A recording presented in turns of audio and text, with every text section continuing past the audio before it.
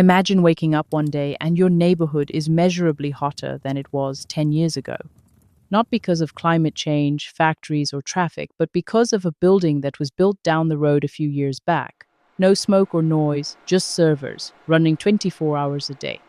This is already happening in parts of the world, and Africa is seeing rapid growth in data center development. So the question is, are we paying attention? Researchers from the University of Cambridge recently looked at what happens to the land around large AI data centers. What they found was specific and quietly alarming. In multiple locations around the world, ground temperatures increased after these facilities started operating. They called it the data heat island effect. On average, a 2 degrees Celsius rise, in the worst cases, almost up to 9 degrees. Now, 2 degrees doesn't sound like much, but in an already warm city, 2 degrees is the line between a hot day and a dangerous one, between your air conditioner coping and your power grid collapsing. Here's why it happens. A data center doesn't just consume electricity, it converts it into heat. Thousands of servers, stacked floor to ceiling, running every second of every day. And that heat has to go somewhere.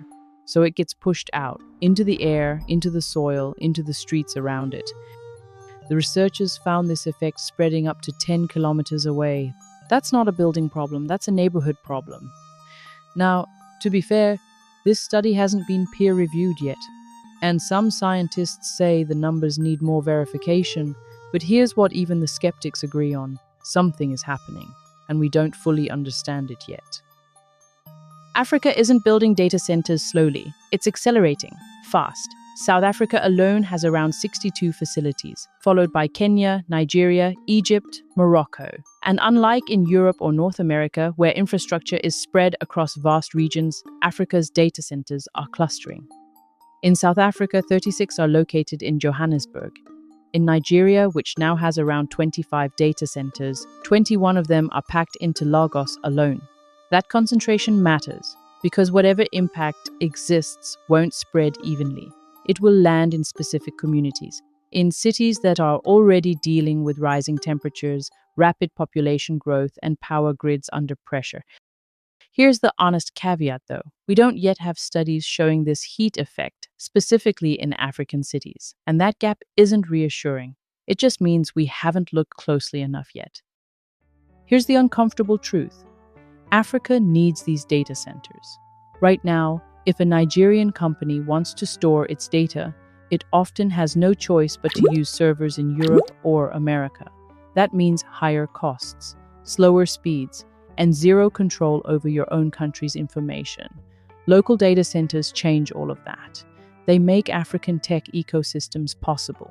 They reduce the digital dependency on the West.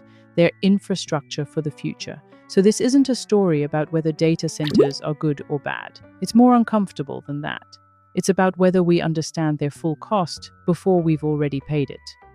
The strain is already showing.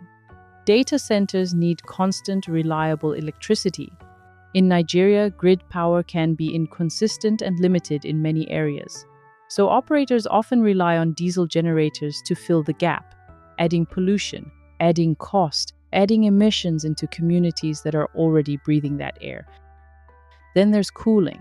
Keeping servers from overheating is one of the biggest energy costs a data center has, and in hotter climates, it takes even more. So here's where everything connects.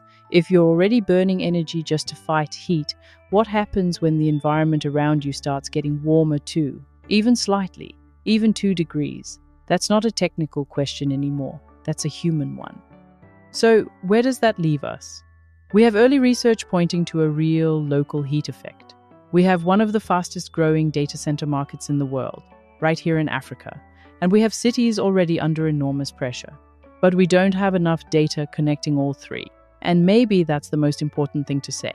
Not what we know, but what we haven't measured, because every time you use AI, stream a video, or back something up to the cloud, you're part of the system creating this demand. That's not a guilt trip, it's just context. The people who should be asking the hard questions, governments, researchers, urban planners, can only act if enough people care to ask. Data centers aren't going anywhere, and honestly, we probably don't want them to, But the difference between infrastructure that lifts a continent and infrastructure that quietly costs it is whether we ask the right questions early enough. We're still early. So, are we asking?